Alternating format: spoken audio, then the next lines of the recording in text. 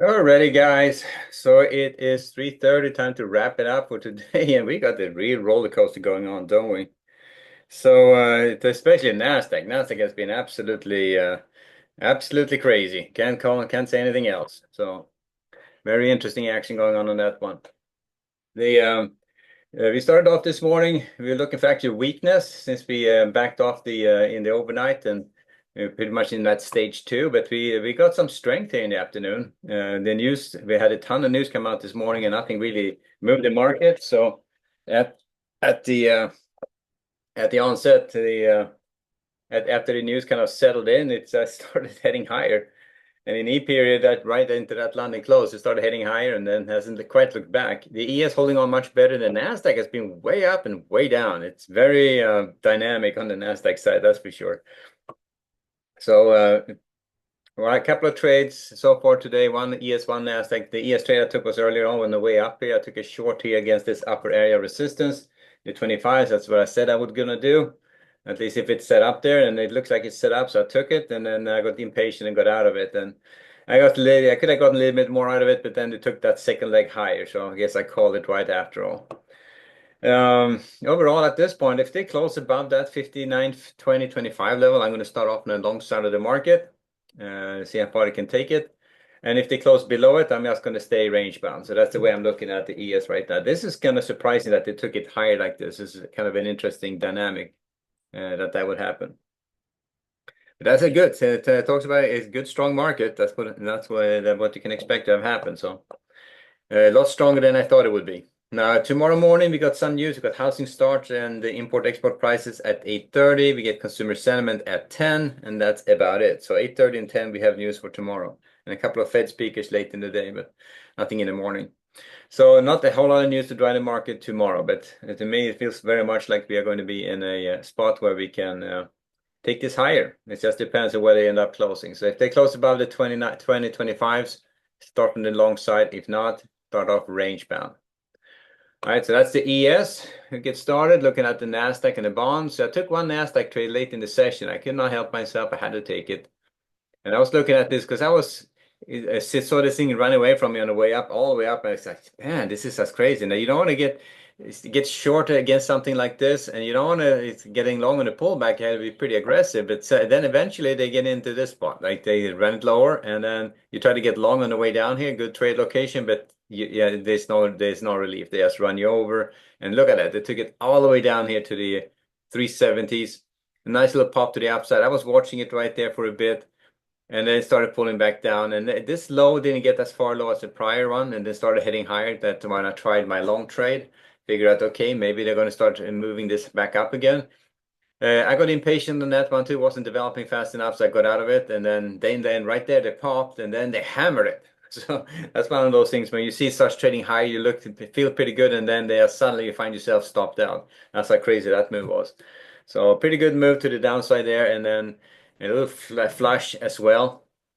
And let's see what they're going to do here. So they took it all the way up. If you look at the Nasdaq, they took it all the way up here to the to 21,500.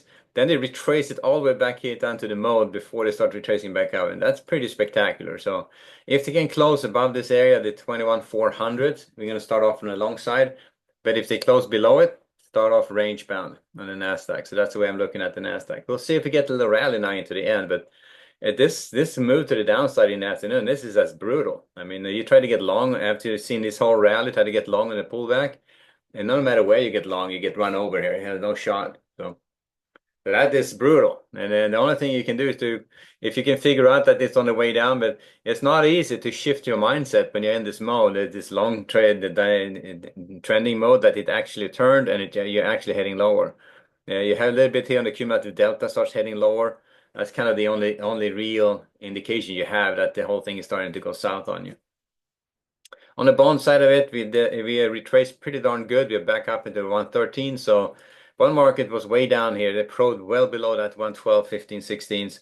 Now they're back up again well above it. And I would say if they close above that 13s, I'm going to stay on the long side. Otherwise, I'm starting range bound on the bonds. So that's the way I'm looking at the bond market. Starting off on the long side at this point. And the Nasdaq is anyone's guess. Right now, we're starting off range bound. If they close above the 21,400, we're starting off from the long side. And then finally, oil and gold. No trades there on my part, but gold, look at that, 32.30s, right up here again. So gold made a spectacular move. I'm going to show you that on the F1. That's the only way you can see it. It's really that you started off here in the overnight heading lower to get all the way down to the 31.20s, then complete retracement all the way back up, took out the low, took out the overnight high, and then back to this attractor at 32.30s. That is nothing but spectacular. So if you got in on that, then you can manage to sit in that trade, you will be happy. It is very volatile though, so you had to be you really get good trade location, and it's just difficult. So I try to avoid trading it like that, even if it's tempting. But because you can easily you don't need much to get shaken out, and you find yourself with a chunk of money in the tank just because your trade location wasn't good enough, and it was too volatile.